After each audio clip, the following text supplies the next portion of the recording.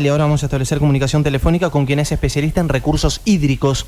Hablamos del ingeniero Hugo Rorman, que tiene la amabilidad de atendernos y compartir el aire con nosotros. Ingeniero, bienvenido a la radio de la Universidad Nacional del Nordeste. Iriel, Marcelo, lo saludamos. ¿Cómo le va? Buen día. Gracias por atendernos. Buen día, un gusto de charlar con ustedes. Muchas gracias, como siempre, por su amabilidad. Nos gustaría, para empezar y compartir claramente con la audiencia, su primera reflexión, comentario, considerando y teniendo en cuenta en esta oportunidad, lamentablemente, con lo sucedido en Bahía Blanca, ingeniero.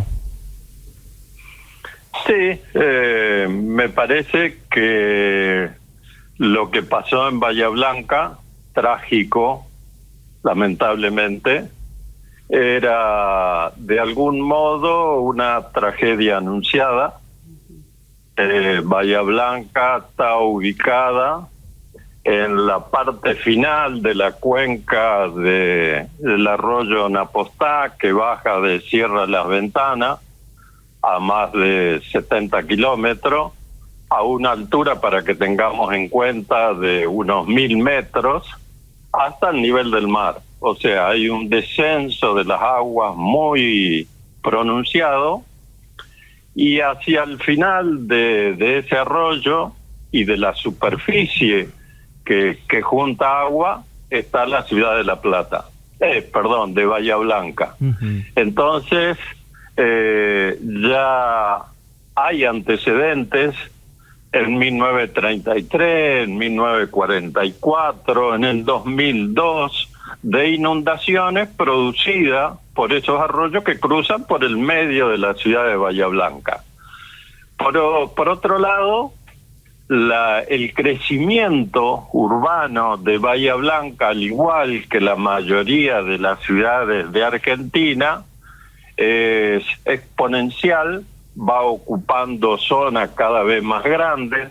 Para tener una idea, la población se ha multiplicado por 4 en los últimos 100 años y por lo tanto va ocupando espacios que, ante situaciones extraordinarias como esta lluvia, porque claramente son extraordinarias, el río o el sistema hídrico dice no puedo pasar por acá, y ahí es cuando inunda en demasía sectores que están claramente urbanizados.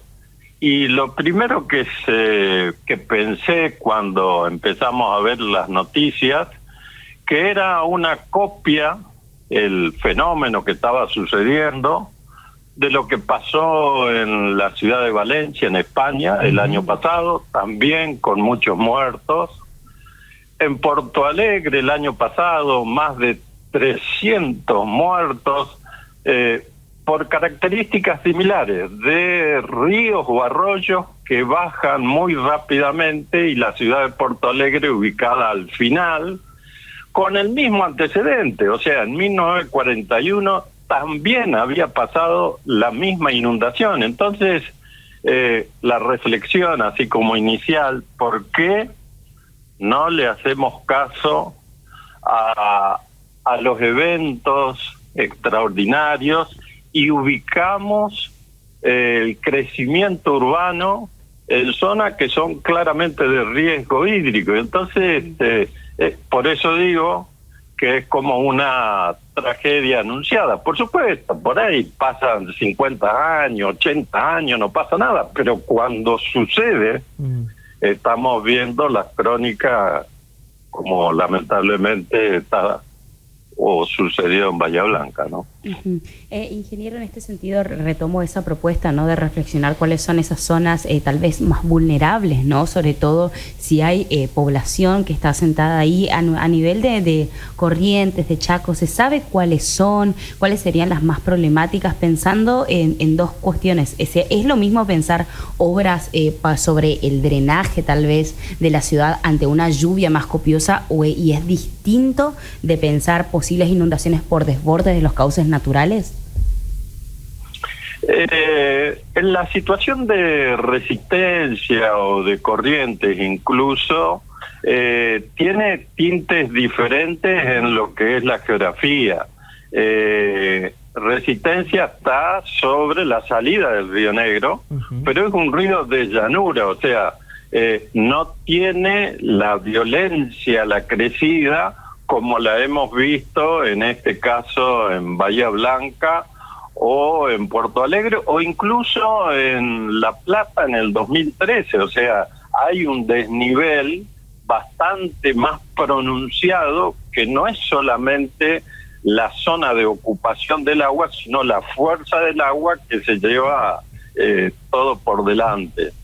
En el caso de Resistencia hay mapas que muestran cuáles son las zonas que se pueden inundar si crece el Río Negro en una crecida chiquita, en una crecida media o en una crecida excepcional.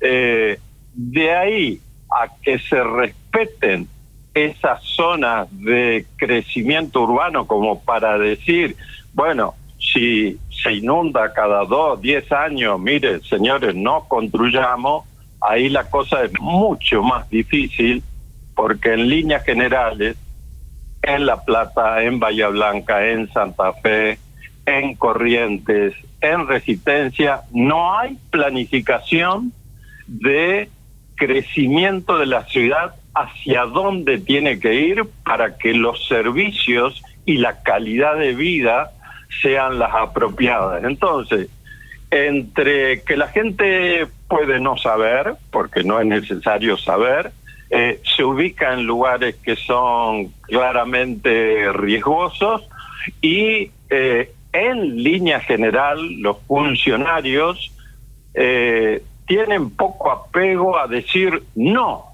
ahí no se metan porque es al revés. Tratan de una vez que está ese asentamiento o ese crecimiento de llevarle luz, llevarle agua, en vez de desalentar estas situaciones. Por eso digo que estas situaciones de algún modo son anunciadas, cada vez van a ser más pronunciada, más frecuente, no solamente por el hecho de que la variabilidad climática parece que nos está llevando a que estos eventos sean cada vez más frecuentes, sino por el hecho de que la expansión urbana es un fenómeno incontenible. De hecho, la urbanización en la cantidad total de población que tiene la Argentina, más del 90% vive en áreas urbanas, cuando hace 50 años la mitad vivía en áreas rurales y la mitad en áreas urbanas.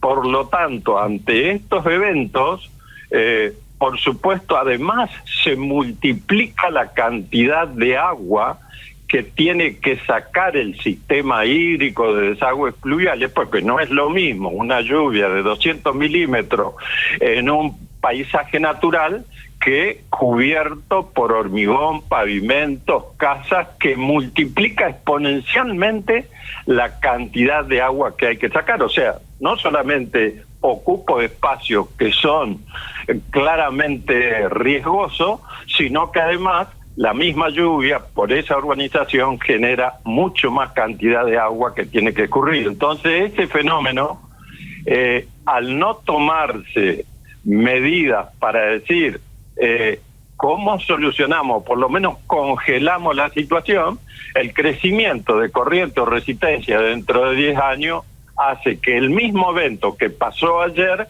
sea más grave dentro de 10 años.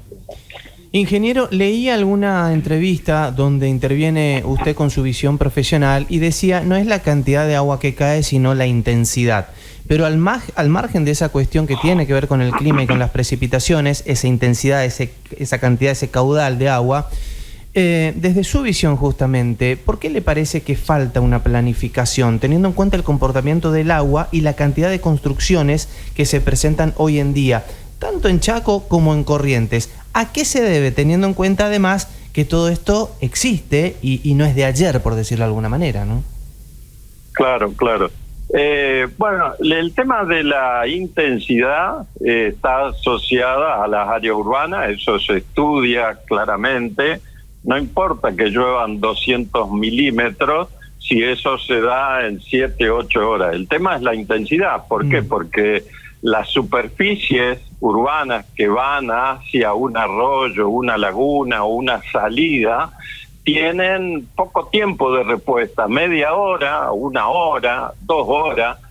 Si en ese periodo de tiempo la intensidad es muy grande, el sistema dentro de la llanura tiene poca capacidad de respuesta. Entonces, entre que se da cuenta que tiene que empezar a sacar agua y sigue lloviendo muy intensamente, ahí está el periodo más crítico de las precipitaciones intensas. Eso se ve incluso en una lluvia de 5 o 15 minutos, que llueve muy intensamente, las calles se inundan, en algunos casos ya empieza a entrar hasta el límite de la vivienda, y el sistema dentro de la llanura todavía no se enteró, no generó la pendiente para decir, bueno, no, vayamos para allá y saquemos el agua. Entonces ahí es que yo hacía mención a esta cuestión. El tema de la planificación de las ciudades en áreas de mayor o menor riesgo hídrico tiene que ver con un detalle de la planificación general de crecimiento de la ciudad. No es solamente el riesgo de inundabilidad al lado de un río, un arroyo o por mucha lluvia, sino también cómo llego con los servicios de agua potable, de energía eléctrica, de caminos, de comunicación, de transporte público, cómo saco los residuos. O sea, es una visión general en donde participan todas las disciplinas. Por supuesto, yo estoy en ingeniería en recursos hídricos y quiero que ese aspecto sea contenido, planificado dentro de ese crecimiento. Pero, y ahí ponemos un acento en otra cuestión. ¿Cuál es el primer servicio de cualquier construcción, barrio, asentamiento que llega? La energía eléctrica, el agua potable, el camino, el pavimento, y vienen atrás, y muchos casos muy atrás, el servicio de desagües cloacales y de pluvial, de desagüe pluvial. ¿Y por qué? Y porque energía necesito todos los días, agua potable necesito todos los días, pavimento necesito todos los días. En cambio, el tema de la lluvia son 1, 2 o 3 veces con suerte en el año, en la cual aparece la necesidad, y por supuesto cuando sucede la población reclama, el funcionario dice, uy, tengo que hacer algo, pero todos los días la sociedad le reclama por los otros servicios. Entonces, si yo tengo poco dinero para disponer, voy a destinarlo a aquellos servicios que me piden todos los días. Y ese que me lo piden con suerte 1 o 2, 3 veces por año, bueno, se lo patea para adelante, se lo posterga, encima hacer un conducto de desagüe por debajo del pavimento, tengo que romper el pavimento, tengo que hacer el conducto, es súper caro, tapo con otro pavimento y la gente no lo ve. Ese es otro aspecto en la cual los funcionarios, los políticos miran con mucha atención. ¿Qué ve la población? Ve esto, y por lo tanto también va por esa línea en vez de ir por esta, que bueno, yo sé que 1 semana, 15 días me van a reclamar, voy, me pongo botas, estoy con los inundados, y después pasa. Y la población, una vez que pasó eso, se va olvidando también de los reclamos hasta la próxima inundación. También eso es un factor que incide en esta cuestión de la planificación del crecimiento urbano. Pensando además, Rohrmann, en esa mirada integral, ¿no?, que usted proponía, porque si pensamos en quiénes son, cuando por ejemplo sube el río, muchas de las zonas más afectadas son esas zonas bajas, cercanas a la costa, que tienen unas características de asentamientos irregulares, es decir, de población vulnerable que busca o se instala a vivir de alguna manera donde puede, ¿no? Entonces, por ahí esas soluciones habitacionales, más allá de las obras, son las que bueno, buscan puedan perdurar, pero los desafíos también de pensar incluso de esa manera, ¿no? ¿Dónde está viviendo la gente? Sí, seguro. Aquel que tiene un cierto poder económico no va nunca a un lugar inundable o que no haya servicio. Va al lugar donde esos servicios se los brindan y de la mejor manera posible. Aquellas personas o familias que tienen menos entradas económicas o que no las tienen y van a donde puedan. Y entonces yo quiero un techito y acá, y bueno, pero aceptan ese riesgo de decir, bueno, cada 2, 3 veces al año me inundo, bueno, pero por lo menos tengo mi techito. Entonces ahí es cuando yo digo que falta esa visión integral para decirle, no, señores, acá no, mire, acá, yo se los voy a poner acá. ¿Por qué?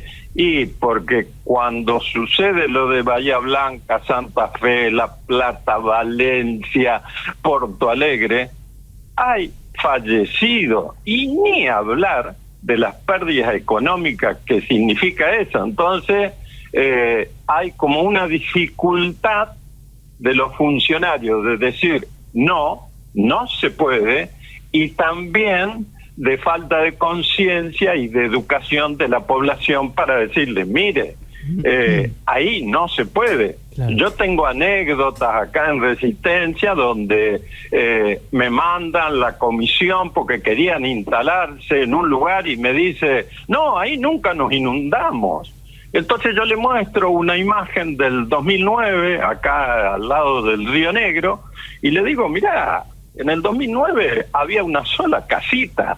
Ahora, le pongo la imagen actual, hay 100 casas. Por supuesto que no te inundaste, pero si estaría y vuelve a pasar la inundación del 2009, claramente inundable. Entonces, ese aspecto de concientizar, de educar a la población, por supuesto, el ciudadano también debe ser responsable de decir qué pasa acá, qué tengo que hacer, cuáles son las reglas, cómo transito. También es una obligación. Entonces, por eso digo que es, por supuesto, una falla más evidente de parte de las autoridades y un poco menos desde el lado de la población, ¿no? Agradeciéndole por su tiempo, la última, ingeniero, y considerando que usted es autor del libro Crónicas Hídricas, nos falta aprender, ¿no? Teniendo en cuenta lo del 98, lo del 2016, lo del 88, si vamos más atrás. Digo, hay algunas cuestiones y antecedentes que uno supone debería enseñarnos desde distintos ángulos y sin embargo parece que en varios sentidos nos falta. Sí, seguro. En líneas generales, el hombre, el ser humano, y más en nuestra actualidad, tiene poco apego a la historia. ¿Qué nos hacían ver cuando éramos chicos o antes? La tradición oral. Los pueblos aborígenes sabían, no, acá por esto, y se transmitía oralmente, entonces todas las generaciones iban sabiendo que pasaba esto, que pasaba. Ahora creemos, porque yo tengo un celular, ahí me van a contestar todo lo que yo pregunte, y no nos damos cuenta de que afuera hay sol. Entonces, me parece que ese aspecto también está de algún modo dando vuelta en esta cuestión. No miramos, no tenemos una imagen de contexto, un zoom en la historia para atrás, porque hay antecedentes, y en la extensión territorial de lo que estamos ocupando. Resistencia está en el valle de inundación del río más grande que tiene la Argentina. ¿Y qué hicimos? Obra. Pero resulta que en 1982 la obra se rompió y el Paraná dijo, Resistencia es mía. Entonces, tampoco podemos confiar en que exclusivamente las obras van a solucionar el tema. Con otro detalle, ¿cuánto medimos el río Paraná? 100 años. ¿Cuántos años hace que Paraná pasa por el puente General Belgrano? 10.000. ¿Cuánto medimos? El 1%. O sea que desconocemos el 99%. Pero entonces salgamos. me falta un 99, y así lo vemos también con este ejemplo de Bahía Blanca. ¿Cuántos años se midió la lluvia? 80, 100 años. ¿Cuánto hace que está lloviendo? 1000, 2000, 10.000 años. Y entonces, ¿qué tenemos de registro? El 1%, el 2%, no tenemos registro. Y sin embargo, hacemos como que, bueno, no importa. Sí, realmente más que interesante escucharlo. Ingeniero, le queremos agradecer por su tiempo y compartir el aire con nosotros en este programa especial. Muy amable como siempre. Bueno, ha sido un gusto. Que tengan muy buen día. Buena jornada. Un abrazo, muy amable.